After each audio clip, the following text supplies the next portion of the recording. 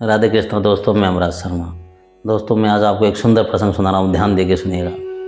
नामदेव जी परम वैष्णव संत थे।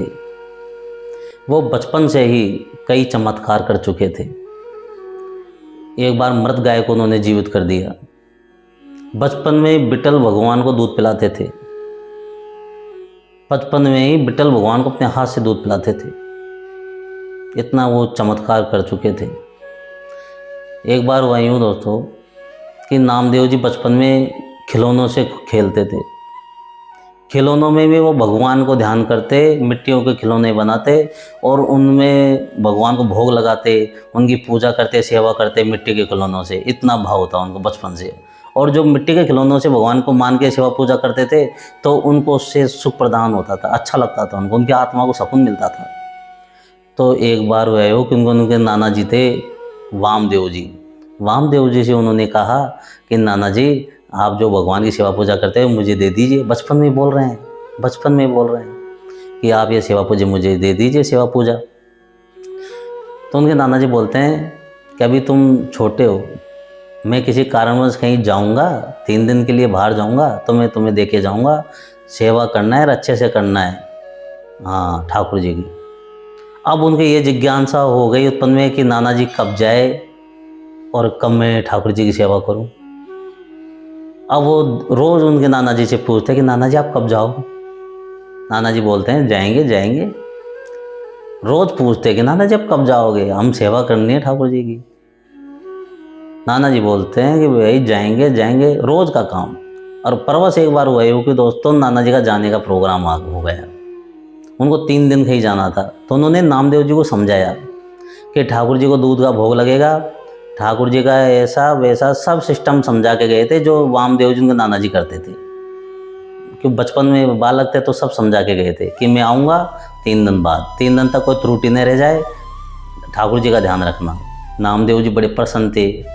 हाँ ठीक है, हाँ मैं मिलाते गए, क्योंकि उनको तो ठाकुर जी की सेवा में बड़ा सुकून मिलता था। नाना जी चले गए। अब उन्होंने ठाकुर जी को स्नान कराया, पूजा की। बचपन में छोटे से एक ने नामदेव जी, छोटे मुँह, छोटी पूजा। लेकिन एक जिज्ञासा किया, ठाकुर जी को लिए दूध गर्म करना है। उन्होंने कढ़ाई में 2 सेर दूध लिया और उन्होंने दूध को इस कदर गर्म किया एक अच्छे भाव से। उनका भाव यह था कि आज मेरे ठाकुर जी दूध पियेंगे तो उन्हें बड़ा दूध में मिश्री केसर डाल के और ओटाया, बहुत गर्म किया, ओटाया उसको अच्छी तरीके से, बड़े प्रेम से कि मेरे ठाकुर जी ये दूध पियेंगे, बहुत अच्छा लगेगा, इतना बढ़िया भाव। तो उन्होंने दूध को गर्म किया। अब उन्होंने नामदेव जी ने अपने ठाकुर जी के आगे दूध रखा एक पात्र में और ठाकुर जी से कहा कि ठाकुर जी आप दूध पियो आज, गुरु जी आएंगे तो देखेंगे अच्छी सेवा की है, पियो आज। क्योंकि नामदेव जी को एक ये भी था कि हमारे गुरु जी ने कहा, मेरे नाना जी ने कहा है कि सेवा अच्छी होनी चाहिए। अब उन्होंने आंख बंद करके आंख खोला तो पर्दा हटाया ठाकुर जी का, तो दूध ऐसे कैसे रखा, दूध नहीं पिया, दिन भर हो गया। तो नामदेव जी ने बचपन में किसी से कुछ नहीं कहा, खुद भी भूखे रहे, उन्होंने भी कुछ नहीं खाया पिया। दूसरे दिन हुआ, दूसरे दिन भी नामदेव जी ने दूध गर्म किया और ठाकुर जी को पात्र में दूध रखा। दूसरे दिन भी देखा तो दूध नहीं पिया। ऐसे करके ये प्रक्रिया 4-5 दिन हो गए, खुद भी भूखे प्यासे और ठाकुर जी ने भी दूध नहीं पिया। अब नामदेव जी चिंतित हो गए। नामदेव जी ठाकुर जी से बोलते हैं कि मेरे नाना जी मेरे से क्या कहेंगे कि क्या सेवा की है, आप दूध नहीं पी रहे हो, मेरे हाथ से दूध नहीं पी रहे हो आप, मेरे ठाकुर जी मेरे हाथ से आप दूध नहीं पी रहे हो। ऐसे जीवन से तो अच्छा है कि मैं अपना आप को ख़त्म कर लूँ। ये जीवन क्या काम का, ये शरीर क्या काम का जिससे मेरे ठाकुर जी मेरे हाथ से दूध ही ना पिए। नामदेव जी के ये उच्च विचार उनके मन में प्रकट हुए कि ये जीवन, ये शरीर किस काम का जिस हाथ से मेरे ठाकुर जी दूध नहीं पिए। कि ठीक है ठाकुर जी मत पियो, आज मैं शरीर को, अपने आप को ख़त्म कर लूँगा तुम्हारे सामने। उन्होंने छुर्रा लिया और अपने आप को ख़त्म करने के लिए जैसे उद्यत हुए, तैयार हुए, वैसे ठाकुर जी ने उनका हाथ पकड़ लिया और ठाकुर जी ने हाथ पकड़ा और उनको अपने से गले लगाया और नामदेव जी के हाथ से दूध पी रहे हैं ठाकुर जी। नामदेव जी बड़े प्रसन्न हुए बहुत प्रसन्न हुए कि मेरे ठाकुर जी दूध पी रहे हैं। बालक अवस्था। अब दूसरे दिन उनके नाना जी आ जाते हैं। नाना जी आ जाते हैं तो उन्होंने देखा, नाना जी ने देखा सेवा पूजा कैसे की है। तो उन्होंने, नामदेव जी बचपन में थे, बालक तो थे ही, उन्होंने सारी प्रक्रिया उनको बता दी नाना जी को। नाना जी ने कहा कि ऐसी बात है, अगर दूध पिए हैं ठाकुर जी तो देखे मेरे सामने पिला के दिखाएं, जब माने तेरी भक्ति। बचपन में वो उससे बोल रहे हैं। तो नामदेव जी दूसरे दिन उनके सामने गर्म दूध किया, अच्छी तरह उठाया और ठाकुर जी के आगे दूध रखा, फिर ठाकुर जी ने नहीं पिया। अब नामदेव जी बोलते हैं कि पहले तो तुम मेरा मजाक बनाते हो, अब इनके सामने पी के बताओ, नहीं तो फिर अपने आप को ख़त्म करो वापस, कि ऐसा थोड़ी करते हो, इनके सामने पी के बताओ तब माने।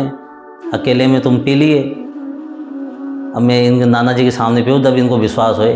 मेरा विश्वास तोड़ोगे आप, आपका विश्वास तोड़ोगे, मेरी भक्ति के ऊपर लांछन लगेगा। नामदेव जी बोल रहे हैं भगवान जी से। फिर मरने को तैयार हुए तो भगवान ने फिर उनका हाथ पकड़ा, रोका, और गुरु उनके नाना जी के सामने भगवान ने दूध पिया।